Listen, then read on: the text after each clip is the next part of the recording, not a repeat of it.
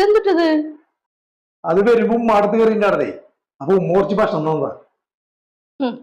ഇവിടെ ഞാനുണ്ട്, മക്കളുണ്ട്. എന്നിട്ട് ഇത്രയാണോ കൊടുത്തേക്ക? അല്ലെങ്കിൽ നിങ്ങളുടെ വീട്ടുകാർക്ക് വല്ലവർക്കും കൊടുത്തു തിന്ന് പരിചയണ്ടാ? ഇത് നിങ്ങൾക്കല്ലേ കൊടുത്തേച്ചാ? നിങ്ങൾ കഴിച്ചോ, ഞങ്ങൾക്കൊന്നും വേണ്ട.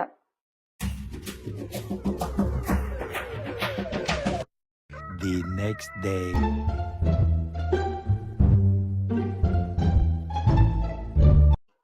ഇതെന്തിട്ടത്?